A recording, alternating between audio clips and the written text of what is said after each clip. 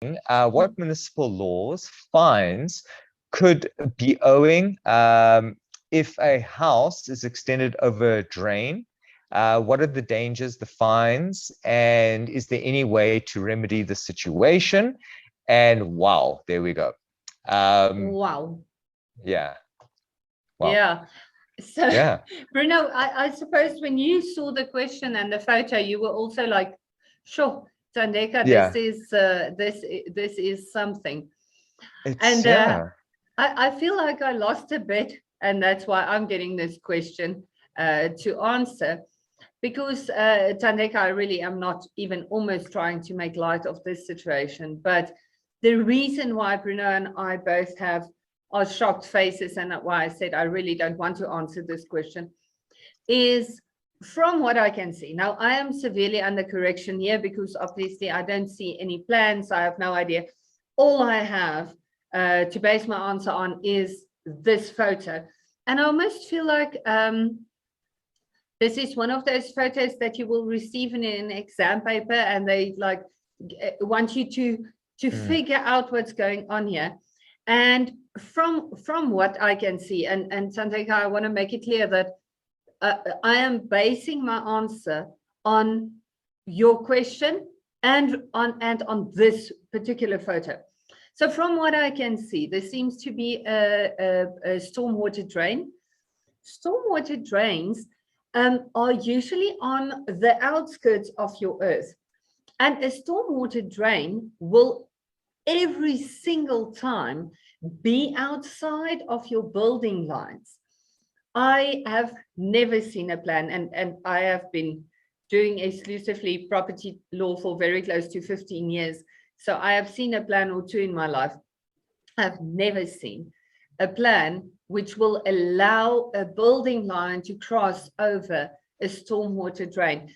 And Bruno, I think you're going to give me a nod on this one as well. But last week when you and I spoke about the property in Belito that's built over the water line, the thing is, it's not something that can be remedied. It's not a thing where you can go to the municipality and say, but municipality, I now have this property. It is over a building line. Can you please change your building lines? That's not how it works. It works the other way around.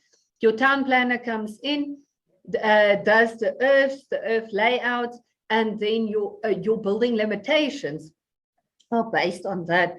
So it's not something that can change after the fact. Obviously, a few things can change, but once there's actual building on the property, you can't just go back and be like, oh goodness, can we change the building line? This, Thandeka, is a very, very, very risky situation. Stormwater drain, if there's a blockage lower down the line, unfortunately, you are going to end up with flooding.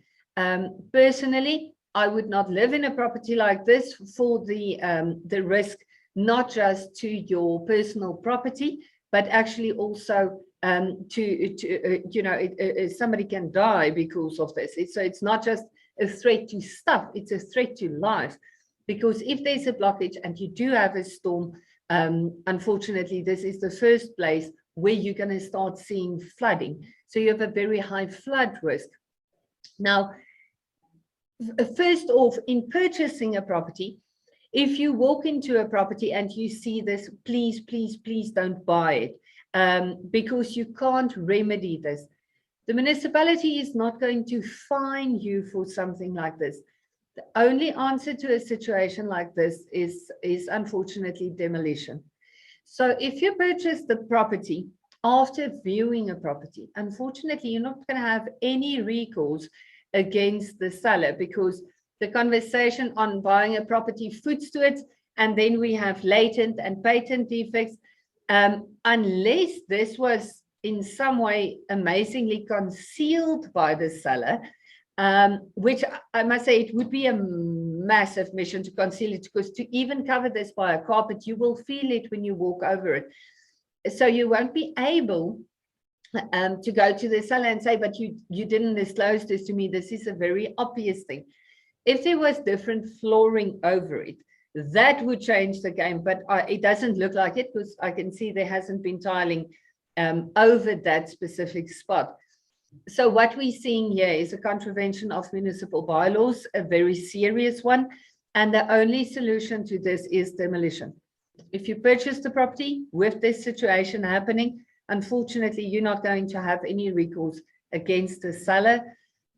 And like I said, I wouldn't advise that you remain living in this property because of the risks it will pose to lives, your own and also the family members and the other people that are living with you. Sadly, you won't be able to sell the property like this without potentially exposing yourself to a claim from a potential purchaser. So, Bruno, I thought about this in every which direction I can, but I can't see any solution to a problem like this. The only option would be to demolish. And my first option would actually be, I'm backtracking, would be to go to the municipality and ask for and obtain the plans of this property. See how far you've exceeded the building lines. And if there's a possibility of demolishing only this section of the house, it does luckily, it does have a bit of a kitchen vibe, but it could also be a washroom. And if it's only a washroom, I can sort of see how this happened. So I would expect a kitchen a bit more to the left side of the image, a kitchen that might still be within the building lines, a bit of a tight squeeze there, because this looks like, what would that be, about a 50 centimeter, 50, 60 centimeter basin sort of situation. And so it's a tight squeeze, even that if the kitchen is sitting to the left, if the kitchen is sitting more towards my side, it could still be off. So what I'm saying is, obtain your building plans, see how far this portion of the property is exceeding the building lines. There is a chance that if they're still building towards the right side of the image, that you could be encroaching on another person's property, because I would expect the boundary line to be to the right of this. If it's to the left, that raises a whole new set of questions, but be it as it may, obtain the plan, see how far and how bad the situation is, how far you are over the building lines. If you are encroaching on any other person's property, I would suggest you get somebody in to do this demolition as quickly as possible. Otherwise, the risks that you have to yourself is very, very, very, very serious in this situation. Don't stress about the fine. It's unfortunately a much bigger problem. Bruno, am I missing something? The more I started to think on which side your building lines would be, whether it's to the left or the right of the image, or back, the front or back, yeah, it's a very unfortunate situation. Is there something you see that I might be missing?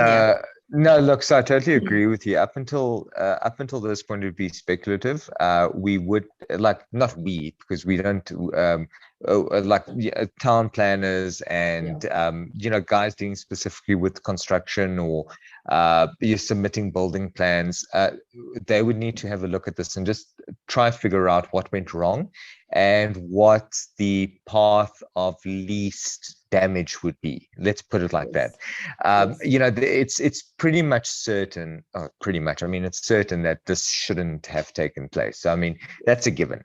I cannot fathom that for some reason this is a stormwater drain that's no longer functioning, or that's been blocked off for some reason or another, because it just doesn't seem right that then it would be like, oh, great, well, we can build over it. There'd be more to it. So now it's more a question of how do you approach it? Get somebody in and say, what of the structure could be kept? What needs to be pulled back? What are the risks of having it there? It is obviously unlawful. So we know that if the municipality were to get wind of this, it's going to be an issue. And selling this property is going to be virtually impossible, because no purchaser is going to feel comfortable. Just visually seeing this puts a person off, even if it is a question of, I've reduced the purchase price by 200,000 Rand in order to afford you the room to demolish. I don't even think that's going to be enough, because it's a tough conversation to have. But that being said, like, you do what what you need to do. But yeah, I would probably call a professional in and start working around this and figuring out what least resistance I can face in demolishing, and still retaining some portion of whatever structure has been put there. Exactly, Bruno. Sorry, I grabbed my glasses and now the image looks slightly different. I'm quite sure the house is to the left because that window to the back seems to be, so I would expect the boundary line to be to the right of the image. And then I can actually see what happened. I think somebody had the house and the kitchen here to the left. They thought, let's build a little washroom. They installed the basin, and then somebody said, but let's put a roof on it. It's going to be amazing. There's no harm in that. It's not going to rain on me when I do the dishes. And I actually think that might have been what happened, but it's only after I pulled my glasses out. But I think the more I look at the image, I think that is exactly what happened here. Absolutely. But like I said, path of least resistance. If you can stay out of issues with building plans, for example, and that's it. It's not part of the scope of the work that we do. But I mean, I don't know if there's, for example, a restriction on having a roof over a stormwater drain, but as long as there's no wall. So it also depends how it's constructed. So no one's saying that you can't walk over it. It's just building walls around it is probably not going to be allowed. Yeah. But I mean, having a roof over a washroom, would that be okay? What should the washer? Can you actually build a washroom and put a basin there? Yeah. I don't know. I suppose leave that up to a professional. Yeah. Yeah. Brilliant. Well, that was something. And I'm so proud that I had an image to share.